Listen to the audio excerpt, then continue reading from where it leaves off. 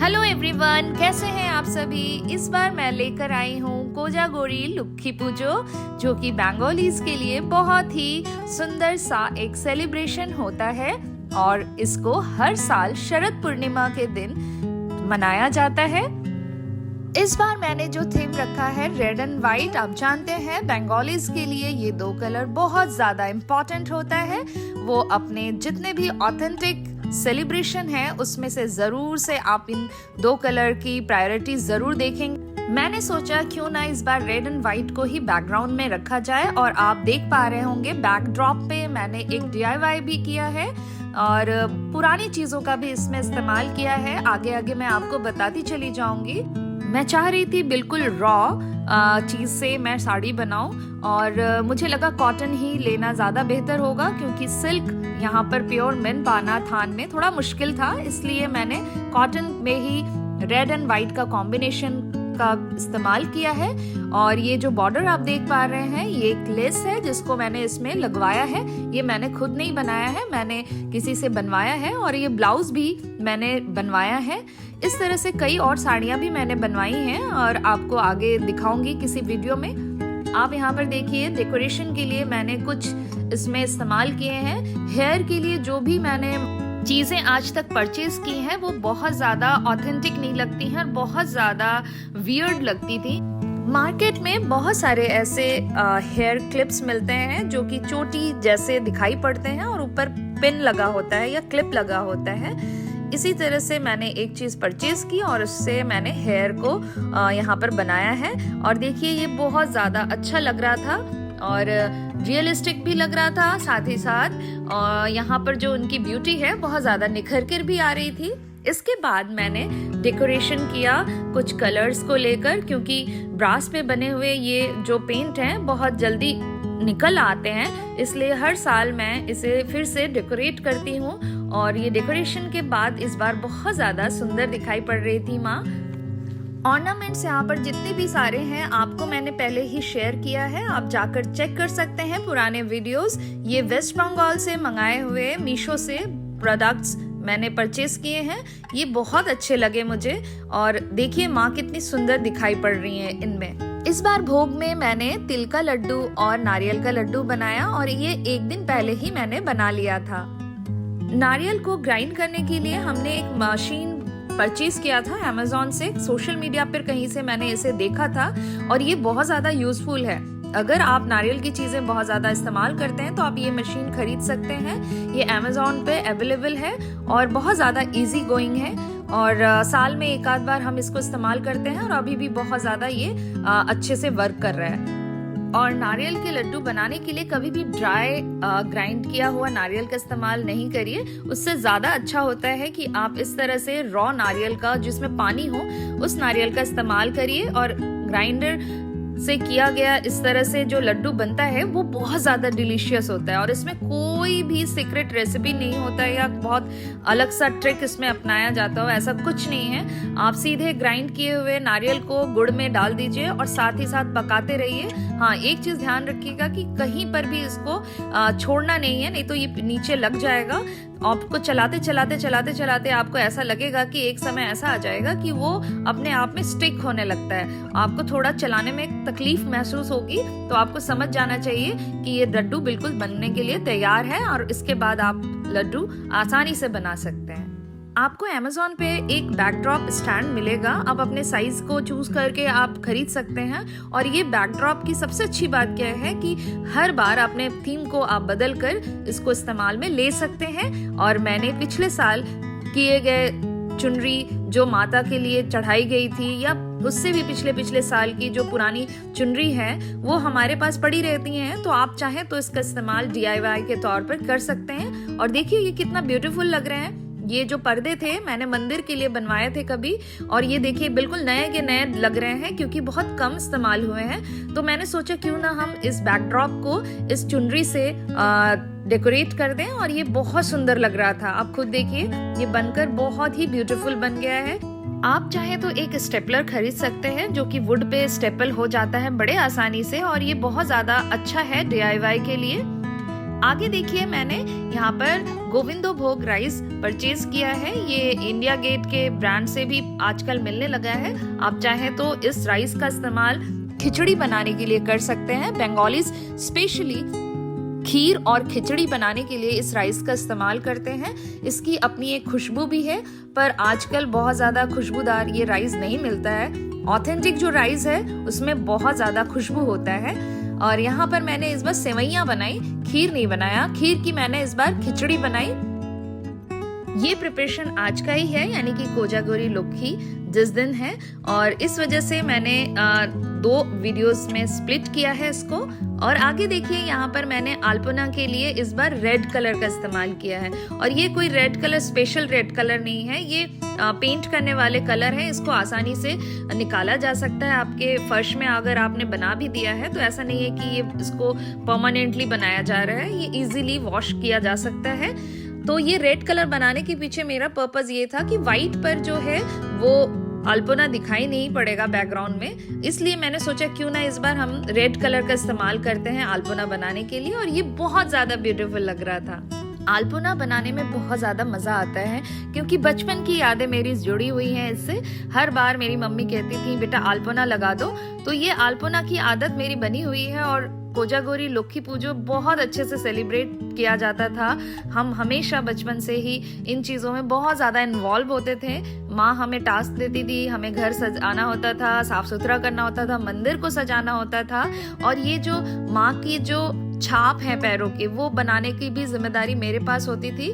पर इसके कई ट्रिक हैं। आजकल तो रेडीमेड ऐसे आ भी जाते हैं, आप चाहें तो सिर्फ चिपका लें, लेकिन हाथ से जो बनाया जाता है उसकी बात ही कुछ अलग होती है। और इस बार मैंने जो ये सिंबल बनाया है माँ लक्ष्मी का आने का, ये बहुत ज्यादा छोटे छोटे थे, तो मेरी डॉटर को ये बहुत ज्यादा पसंद आया और कह रही थी ये बहुत क्यूट लग रहे हैं मम्मा।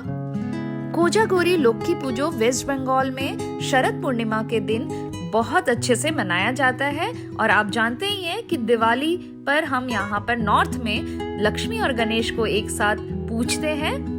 ये दोनों ही सेलिब्रेशन बिल्कुल एक जैसे ही हैं, पर अलग अलग समय में इनको सेलिब्रेट किया जाता है। यही हमारी विविधता है। और कोजागरी लुक्की पूजो के लिए हम ऐसी चीजों को उनको अर्पित करते हैं जिसमें कि हम चाहते हैं कि वृद्धि हो, यानी कि धान अर्पण करते हैं। और कई बार हम बोट यानी कि नाव को भी उन्हें सिंबल के रूप में देखते हैं। हमारे कल्चर में नाव को प्रॉस्पेरिटी का सिंबल माना जाता है। इसी तरह से मैंने साउथ से ये पात्र मंगाए थे जिसमें अनाज को रख दिया, ताकि वो भी एक सिंबल को दिखाता है कि हमारे घर में इन चीजों में समृद्धि आए और हम हमेशा ही संपन्न रहें। आप इन कोशों में अनाज या बहुमूल्य चीजें रख सकते हैं जिससे कि आपको लगता है कि इसमें वृद्धि हो, माँ इसमें अपनी जो आशीर्वाद है वो बरसाती रहे। इन चीजों को आप इनमें रख सकते हैं। ये आपके इच्छा के अनुरूप है, आप कुछ भी इसमें रख सकते हैं। शरद पूर्णिमा के दिन कई जगहों पर ये भी एक अवधारणा है कि लोग खीर बनाते हैं और इसे खुले आसमान में रात भर रखते हैं और नेक्स्ट डे उसको ग्रहण करते हैं। तो आगे आप देख ही सकते हैं कि ये दिन कितना हमारे लिए इम्पोर्टेंट है, क्योंकि इस दिन कहा जाता है कि बहुत ज़्यादा अच्छा एनवायरनमेंट होता है और आसमान से एक तरह से वृष्टि होती है सुख संपत्ति का। इसलिए इस दिन की एक अपने आप में बहुत ज्यादा महत्वता है। माँ के सामने मैं श्रृंगार की चीजें भी रख देती हूँ जिससे कि एक सेफ फील होता है कि हमारे घर में बहुत अच्छे से इन चीजों की सुरक्षा होती रहे और हमें एक शक्ति मिलती है माँ को ये अर्पित करने से। और यहाँ पर मैंने देखी किस तरह से भोग को माँ के सामने अर्पित किया है और ये धान का छौड़ा यानी कि धान की बालियों से बना हुआ एक लड़ी मैंने यहाँ पर रख दी है। इसको हम दरवाजे पे फिर टांग देंगे और ये प्रॉस्पेरिटी को ही सिंबलाइज करती है। इसके बाद मैंने माँ के लिए एक कुलशी यानी कि घड़े को तैयार किया है और इसको मैंने एज अ सिंबॉलिक माँ के पास ही रखा है। ये कलश वेस्ट बंगाल में ही पाया जाता है। शादियों में मायके के तरफ से लड़की को दिया जाता है और ये कलश भी प्रॉस्पेरिटी का ही एक सिंबल है। इसलिए माँ के पास इस कलश को रखा है मैंने।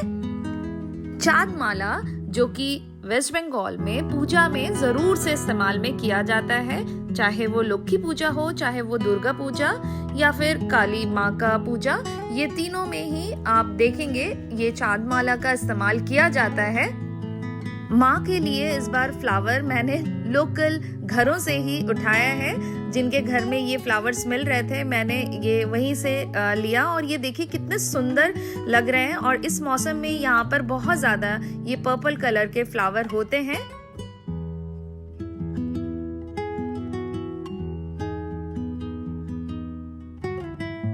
कोजागोरी लक्ष्मी पूजो शाम को बहुत ज्यादा तल्लीनता से किया जाता है, और कहा जाता है दरवाजे इस दिन खोल के रखना चाहिए, माँ का आवागमन होता है। शरद पूर्णिमा का दिन अलग ही वाइब्स लेकर आती है, या आप भी महसूस करेंगे।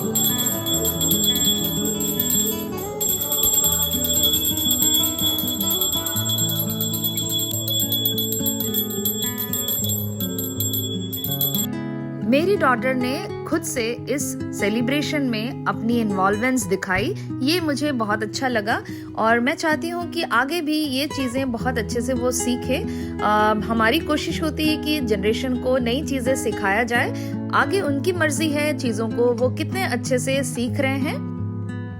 माँ की जो सवारी है वो है उल्लू आउल, और इसे हम बहुत ज़्यादा इम्पोर्टेंस देते हैं बंगाली कल्चर में। और आप देखिए यहाँ पर मैंने वुडन कुछ आउल्स को डेकोरेटिव पीस के तौर पे भी इस्तेमाल किया है, और पूजा में उन्हें सम्मिलित भी किया है। माँ की एक पांचाली होती है, यानी कि एक पंजिका होती है, या फिर कह ले मंत्र होता है, जिसको इस दिन पाठ किया जाता है, पढ़ा जाता है, और ये हर बंगालीज को सिखाया जाता है कि वो ये इसे पढ़ सकें। और मैंने थोड़ा बहुत कोशिश किया था अपने बचपन में, थोड़ा बहुत बंगालीज मुझे आता था लिखना, तो मैं थोड़ा बहुत पढ़ लेती हूँ, बट मेरी डॉटर को अभी नहीं आता है। बट वो लेकर उसको साथ बैठी और उसके साथ टाइम पास किया, वो भी बहुत अच्छा लगा मुझे। इस प्रकार के आयोजन से आपका मन बिल्कुल शांत हो जाता है और एक तरह से मेडिटेशन का काम करता है। इसलिए कई बार कहा जाता है कि पूजा करना एक पवित्र पथ है जिसको हर किसी को अपनाना चाहिए, और शायद कहीं ना कहीं ये लॉजिकली सही भी लगता है कि जब आप इन चीज़ों में इन्वॉल्व होते हैं तो कहीं ना कहीं आप कंसंट्रेट करते हैं, अपने माइंड को एक स्थिर जगह पर लेकर जाते हैं, जिससे कि आपको बहुत अच्छी एनर्जी मिलती है। और ऐसा हर बार होता है जब भी कोई सेलिब्रेशन मैं करती हूँ। पूजा के पश्चात हम आलता लगाते हैं अपने पैरों पे, और अपने परिजनों या आसपास के लोगों को भी आलता लगाते हैं। ये माँ का आशीर्वाद के तौर पर देखा जाता है। और आप जानते ही हैं कि लाल कलर की एक अलग ही एनर्जी है, और जिसको आप महसूस कर सकते हैं। पर्सनली मैं बताऊं तो माँ का रूप इस बार बहुत सुंदर दिखाई पड़ रहा था मुझे। आप अगर रियल में इसको शायद अगर देख पाते तो आपको बहुत ज़्यादा सुंदर लगता। ये पिक्चर में जितना अच्छा नहीं दिखाई देता, उतना ज़्यादा रियल में मुझे इस बार बहुत सुंदर दिखाई पड़ रहा था ये पूरा डेकोरेशन। और अगर आपको ये वीडियो अच्छा लग रहा होगा तो ज़रूर से हमें बताएं, और आपको कौन सा पार्ट बहुत अच्छा लगा ये भी हमें ज़रूर से बताएं। आने वाले वीडियोस भी बहुत ज़्यादा इंटरेस्टिंग होंगे। दिवाली आने वाली है, कुछ शॉपिंग हॉल्स भी आने वाले हैं, कुछ डेकोरेटिव एरियाज रेनोवेट किया है मैंने, वो भी आएंगे। धन संपत्ति के अलावा रिश्तों में भी संपन्नता आनी चाहिए। हम बहुत जल्दी किसी को जज कर लेते हैं, ये भावना हमारे मन में बहुत जल्दी आ जाती है आज के डेट में, तो हमें इससे भी उबरना है। माँ लक्ष्मी हमें संपन्न तभी कर सकती है जब हम अपने भावनाओं को भी संपन्न करें और सुदृढ़ करें। और आज समाज में एक इकोसिस्टम को संभालते हुए एक संपन्नता की ओर ले जाने की आवश्यकता है, ऐसा मेरा मानना है। आपको ये वीडियो कैसा लगा हमें जरूर से कमेंट करके बताएं। तब तक आप अपना ख्याल रखें, स्वस्थ रहें और मस्त रहें। Thank you.